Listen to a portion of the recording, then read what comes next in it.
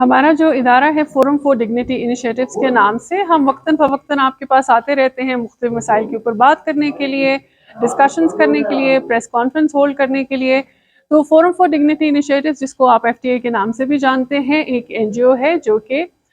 غیر سرکاری تنظیم ہے، اور ہم خواتین، افراد باہم معذوری اور خواجہ سرا افراد کے حقوق کے لیے کام کرتے ہیں۔ جن حقوق کے اوپر ہم فوکس کرتے ہیں وہ بنیادی طور پر سیاسی شمولیت اور سیاسی قیادت ہے، اور اس کے ساتھ ساتھ خواتین، خواجہ سرا افراد اور خواتین باہم معذوری جو ہیں ان کی جنسی اور تولیدی صحت ہے، اور اس کے ساتھ ساتھ جو ماحولیاتی انصاف ہے اس کے لیے ہم کام کرتے ہیں۔ پاکستان جو ہے وہ اپنا جنرل الیکشن کنڈکٹ کرے گا 8 فروری کو، hope everything goes fine,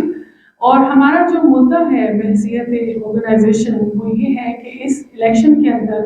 کتنی خواتین جو ہیں وہ الیکشن میں حصہ لینی ہیں بحیثیت امیدوار، آزاد امیدوار کے طور پر، جنرل سیٹوں کے اوپر، مخصوص نشستوں کے اوپر، کیونکہ مخصوص نشستوں کا معاملہ بھی بڑا گڑبڑ ہے۔ سارا ہمیں پتہ لگتا ہے کہ اپنے ہی خاندان کی خواتین جو ہے وہ مخصوص نشستوں میں ان کا نام ہوتا ہے ترجیح فہرستوں میں۔ اس کے ساتھ ساتھ ہمارا یہ کنسرن ہے کہ کتنے خواجہ سرا افراد پورے پاکستان سے اس وقت کنٹیسٹ کر رہے ہیں، کس کس پارٹی نے ان کو ٹکٹ دیا ہے،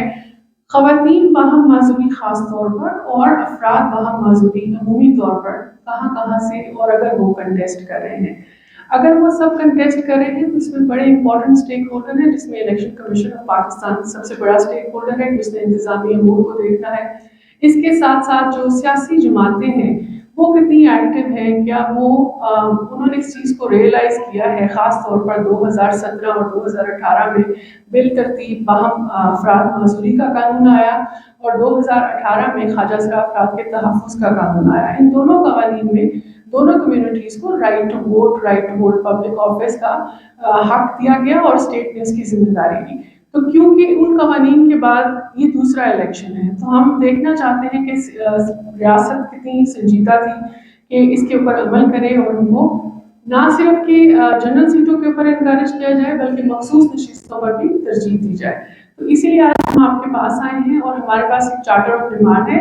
جو کہ ہمارے ساتھی اسٹیج پہ بیٹھے ہیں۔ یہ ہمارا پروگرام ہے کاستی ادارہ، اس کے گریجویٹ ہیں، یہ کاستی ادارہ کے لیڈرز ہیں، اور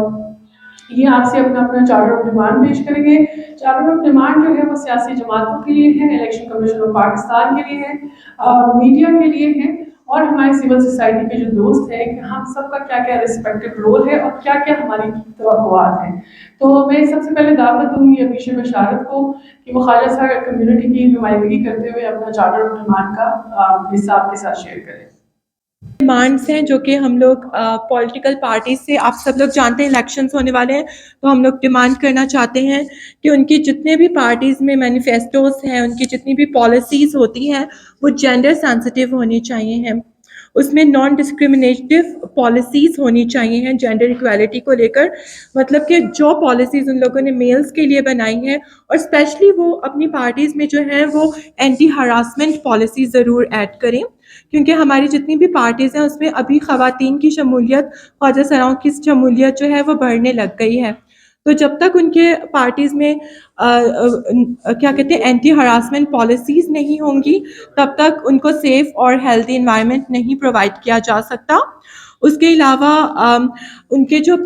پارٹی کے ممبرز ہوتے ہیں ان تک ہم لوگوں کی اویئرنیس نہیں ہے، مطلب کہ جینڈر سینسٹیو اویئرنیس نہیں ہے کہ ٹرانسجینڈر ہوتا کیا ہے، یا ہمارے رائٹس کیا ہیں، ہماری جو PWD خواتین ہیں ان کے رائٹس کیا ہیں، یا وہ بھی ووٹس میں اندراج کر سکتی ہیں، ان کے لیے ہم لوگوں نے کس طرح سے سیف انوائرمنٹ کریٹ کرنی ہے۔ ان سب چیزوں کا دھیان رکھنے کے لیے ہم لوگوں کو پارٹی کے اندر ہی اویئرنیس سیشنز کروانے چاہیے ہیں، جس میں ہم لوگ ایکسپرٹس کو بھی بلا سکتے ہیں، انوائٹ کر سکتے ہیں۔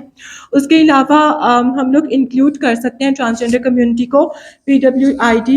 میں جو خواتین ہیں، اور وہ خواتین جو کسی بھی مائنورٹی سے تعلق رکھتی ہیں۔ کرسچن کمیونٹی سے, ہندو کمیونٹی سے یا سکھ کمیونٹی سے, تو ہم لوگ ان کو بھی انوائٹ کر سکتے ہیں اپنی پارٹیز میں, کیونکہ جب تک ہم لوگ اپنے پارٹیز میں دوسروں کو آنے کا موقع نہیں دیں گے تب تک ہم لوگوں کی پارٹی انکلوسیو پارٹی نہیں بن سکے گی.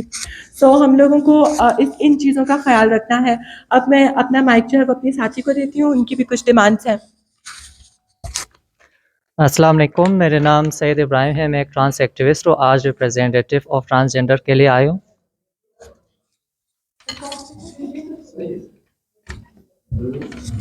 السلام علیکم, میرے نام سید ابراہیم ہے, میں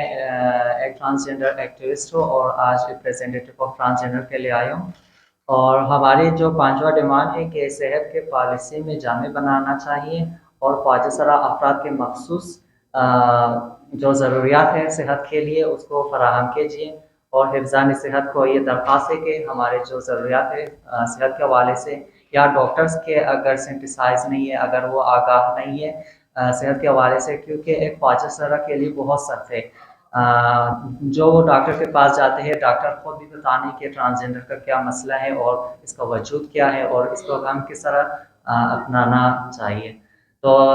اس میں یہ ایک اور چیز بھی میں نے ایڈ کرنا ہے کہ مطلب تعلیم کے حوالے سے اگر دیکھ لیں پوری دنیا میں واجد سراؤ کے لیے اچھا تعلیم ہے, اس کا اچھا روزگار ہے, جابس ہے, لیکن یہاں جو بدبختی بلوچستان میں ہے یہاں پر نہ پالیسی ہے تعلیم کے حوالے سے واجد سرا کے اوپر سے, نہ کوئی صحت کے حوالے سے اچھا درکار ہے, نہ کوئی ہمارے جو فائنینشیل مسئلہ ہے جابس کے حوالے سے نہ کوئی ایسے اچھا اقدامات کیا ہے, نہ ہماری جو جی بی وی ہوتے ہیں ہمارے ساتھ جینڈر بیس وائلنس صرف عورتوں کے ساتھ نہیں ہوتے بلکہ ہمارے خواجہ سراؤں کے ساتھ بھی ہوتے ہیں.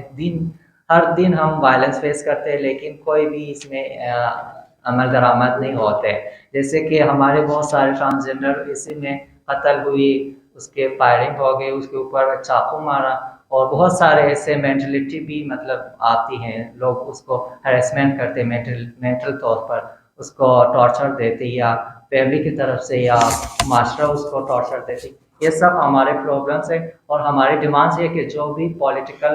پارٹیز ہیں وہ اپنے منشور میں یہ ایڈ کرے کہ ہم ان لوگوں کے جتنا بھی پالیسی ہے جتنا بھی ان لوگوں کے ڈیمانڈس ہیں ہم اس کو اپنے منشور میں ایڈ کر لیں اور اس کو باقاعدہ ایک سیٹ دے.